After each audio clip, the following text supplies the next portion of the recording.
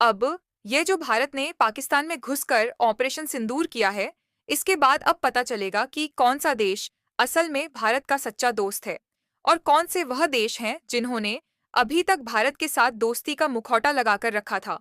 और यह कॉन्फ्लिक्ट ऐसे दोगले देशों का मास्क उतारने का काम करेगा, क्योंकि आपने देखा होगा कि पिछले कुछ सालों से कई सारे मुस्लिम देश लगातार भारत के साथ अच्छे संबंध बना रहे थे।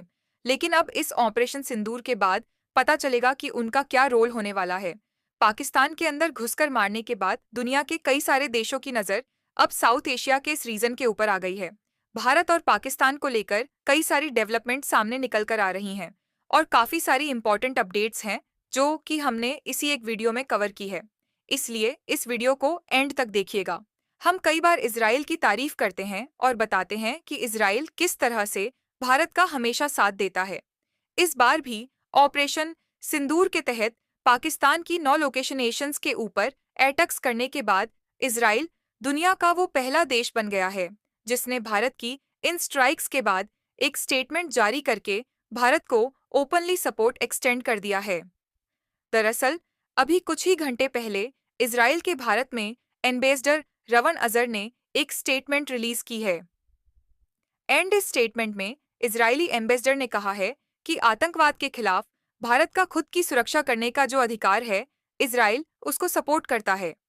इसके साथ ही इजराइल के एम्बेसडर ने अपने ऑफिशियल ट्विटर हैंडलर से एक ट्वीट जारी किया।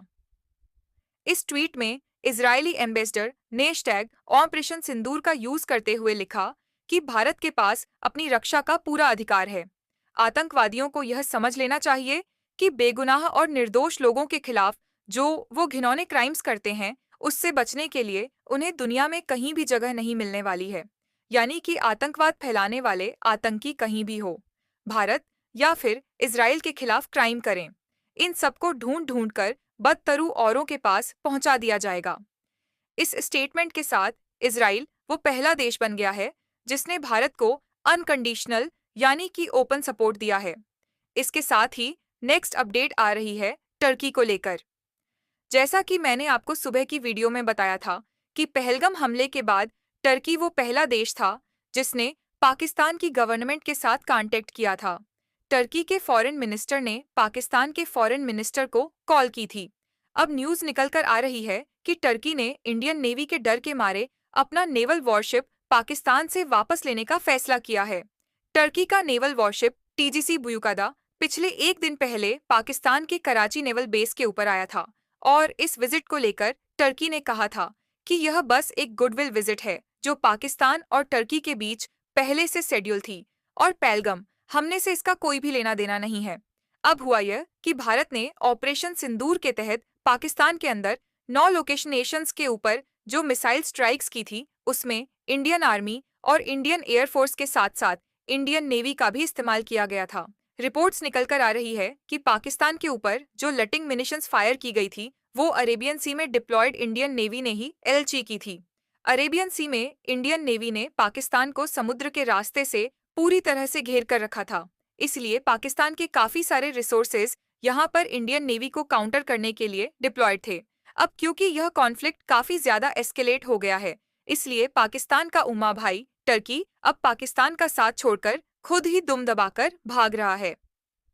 टर्की को अपने नेवल ट्रूप्स की इतनी चिंता थी कि रात को जब ऑपरेशन सिंदूर की न्यूज आई, उसके 1 से 2 घंटे के अंदर ही टर्की के विदेश मंत्री ने पाकिस्तान की सरकार को कॉल की और आज सुबह टर्की का पाकिस्तान में जो एम्बेसडर है, वो भी पाकिस्तान के फॉरेन मिनिस्टर इशाक डार के पास पहुंच गया था और पाकिस्तान को समर्थन दिया। अभी जो भारत और पाकिस्तान के बीच मिलिट्री कॉन्फ्लिक्ट स्टार्ट हो गया है, इसमें अगला नंबर टर्की का ही है। चाइना का एयर डिफेंस सिस्टम और चाइना की आर्टिलरी गन्स भारत के सामने कितनी लीथल है, यह तो पिछली रात को पूरी दुनिया ने देख लिया है। अब बारी है टर्की के ड्रोन्स की। पाकिस्तान की फ्लट में टर्की के बेरफार TB2 ड्रोन्स और अकिंची ड्रोन्स, ये दोनों वेरिएंट पाकिस्तान की फ्लट में इस समय शामिल है। अभी कुछ ही दिन पहले जो टर्की का कार्गो प्लेन पाकिस्तान आया था, उसमें टर्की ने इन्हीं ड्रोन्स की मिसाइल्स और बॉम्ब्स पाकिस्तान को सप्लाई किए थे। अब देखना यह होगा कि पाकिस्तान टर्की के इन ड्रोन्स की मदद से भारत का क्या ही उखाड़ लेता है। इसके साथ ही न्यूज निकलकर आ रही है कि भारत के प्रधानमंत्री मोदी जी ने इस महीने होने वाली अपनी काफी सारी इंटरनेशनल विजिट्स को अचानक से कैंसिल कर दिया है। अभी कुछ ही घंटे पहले न्यूज निकलकर आ रही है कि प्रधानमंत्री मोदी ने क्रोएशिया, नॉर्वे और नीदरलैंड्स की विजिट के ऊपर जाना था, लेकिन ऑपरेशन सिंदूर के बाद अब भारत सरकार ने प्रधानमंत्री मोदी की विजिट्स अचानक से कैंसिल करने का फैसला किया है। इन सभी कंट्रीज को भारत सरकार ने अपने इस फैसले के बारे में इन्फॉर्म कर दिया है और अब इन देशों की यात्रा के लिए भारत की सरकार की तरफ से नई डेट्स अनाउंस की जाएंगी। नेक्स्ट अपडेट आ रही है भारत और फ्रांस को लेकर। दरअसल फ्रांस ने भी दबे शब्दों में भारत को सपोर्ट एक्सटेंड कर ही दिया है। ऑपरेशन सिंदूर के बाद फ्रांस के विदेश मंत्रालय की तरफ से एक स्टेटमेंट सामने आई है, जिसमें फ्रांस के विदेश मंत्रालय ने कहा है कि हम समझते हैं भारत अपने आप को आतंकवाद के खतरे से बचाना चाहते हैं, लेकिन हम दोनों देशों भारत और पाकिस्तान से यह अपील करते हैं कि दोनों देश आपसी संतुलन बनाए रखें ताकि टेंशन्स एस्केलेट ना हो और सिविलियंस और आम नागरिकों की कैजुअल्टीज ना हो। इसके साथ ही दुनिया के कई सारे देशों की तरफ से इस पूरे मसले के ऊपर रिएक्शन आया है, लेकिन सबने ही भारत और पाकिस्तान दोनों को शांति बनाए रखने और डीएस्केलेट करने के लिए बोला है। वहीं पर न्यूज निकलकर आ रही है कि ऑपरेशन सिंदूर को कंडक्ट करने के बाद भारत ने टोटल 5 देशों को सबसे पहले रात के 2 बजे ब्रीफिंग दे दी थी, और ये 5 देश हैं अमेरिका, ब्रिटेन, सऊदी अरब, यूएई और रशिया। इन पांचों देशों को भारत ने रात को 2 बजे के करीब ही इंफॉर्मेशन फॉरवर्ड कर दी थी और फिर इन 5 देशों के बाद धीरे धीरे दुनिया के दूसरे देशों को भी ब्रीफिंग देते गए। अब हमारी नजर होने वाली है ईरान के फॉरेन मिनिस्टर अब्बास अराक्ची की भारत यात्रा के ऊपर। ईरान के विदेश मंत्री पिछले कल पाकिस्तान से वापस ईरान गए थे और आज शाम को ईरान के विदेश मंत्री अब्बास अराक्ची को भारत आना था। अभी तक यह वीडियो रिकॉर्ड करते वक्त इस विजिट को लेकर कोई भी अपडेट नहीं है। क्या यह विजिट कैंसिल होगी? क्या ईरान इस ऑपरेशन सिंदूर के बाद भी अपने विदेश मंत्री को भारत भेजता है? यह सब चीजें काफी कॉम्प्लेक्स हो गई हैं, क्योंकि ऑपरेशन सिंदूर के बाद भारत के विदेश मंत्री जयशंकर सर भी अब काफी बिजी होने वाले हैं एंड ईरान के विदेश मंत्री अब्बास अराची के साथ मीटिंग्स में काफी टाइम वेस्ट हो सकता है। इसलिए अब यह 50-50% की संभावना मानी जा रही है। हो सकता है कि ईरान के विदेश मंत्री अब्बास अराची अपनी भारत की यात्रा को कैंसिल कर दें या फिर 1-2 दिनों के बाद भारत आए, क्योंकि अभी ऑपरेशन सिंदूर को 24 घंटे भी कंप्लीट नहीं हुए हैं।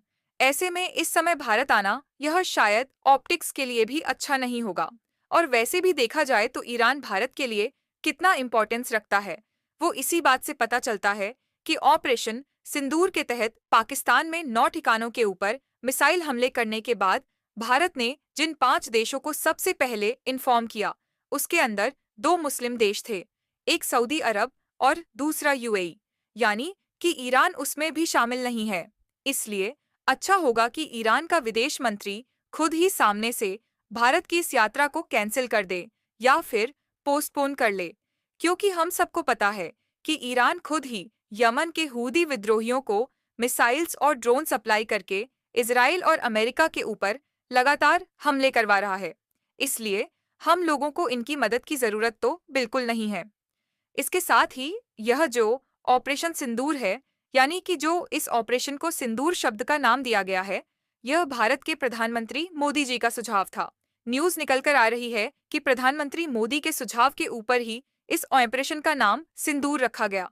अब देखा जाए तो भारत ने अपना बदला तो ले लिया है और भारत के पास एक्चुअल में आतंकवादियों के ठिकाने भी थे जहां पर हमको हमला करना था। भारत में तो कोई भी आतंकी संगठन नहीं है। ऐसे में अगर पाकिस्तान भारत के ऊपर हमला करता है तो उसको भारतीय सेना के मिलिट्री बेसिस या फिर मिलिट्री इंस्टॉलेशंस के ऊपर हमला करना होगा। एंड अगर वो चीज़ होती है तो फिर भारत भी पाकिस्तान की सेना को टारगेट करेगा। इसलिए अब सारी गेम पाकिस्तान के पलड़े में है। पाकिस्तान इस सिचुएशन के ऊपर कैसे रिएक्ट करता है, उसके ऊपर ही भारत का रिस्पांस और फ्यूचर का कोर्स डिसाइड होगा। पाकिस्तान की सेना और जनरल मुनीर को पाकिस्तान की जनता के सामने अपनी इज्जत तो बचानी है, इसलिए कुछ ना कुछ तो पंगा जरूर लेंगे। हमें बस उस पल के लिए रेडी रहना पड़ेगा। आपको क्या लगता है कि क्या पाकिस्तान की सेना भारत पर हमला करने के लिए अपनी एयरफोर्स को भारत के एयर स्पेस के अंदर भेजेगी? हाँ या फिर ना? नीचे कमेंट करके अपनी राय जरूर बताएं। हर 24 घंटे के अंदर जियोपॉलिटिक्स में बड़े फेरबदलाव और उलटफेर हो रहे हैं और भारत के लिए नए चैलेंजेस आ रहे हैं। कोई देश अपने फैसले से पलट रहा है, तो कोई देश ब्लैकमेलिंग के ऊपर उतर आया है। सभी देश एक दूसरे को नीचे लगाने की कोशिश कर रहे हैं। इन सब के बीच हमारा भारत किसी भी देश से पीछे ना रह जाए, इसके लिए मोदी सरकार लगातार कोशिशें कर रही है। एंड भारत की foreign policy, defence news, economy और ग्लोबल अफेयर्स का सही एनालिसिस हमारे चैनल इंडियन अफेयर्स का मिशन है, और यह मिशन आपके सपोर्ट के बिना अधूरा है। इंडियन अफेयर्स हिंदी के ऊपर हम सभी फैक्ट्स और डाटा बिल्कुल सरल भाषा में एनालाइज करते हैं, बिना किसी एजेंडा के।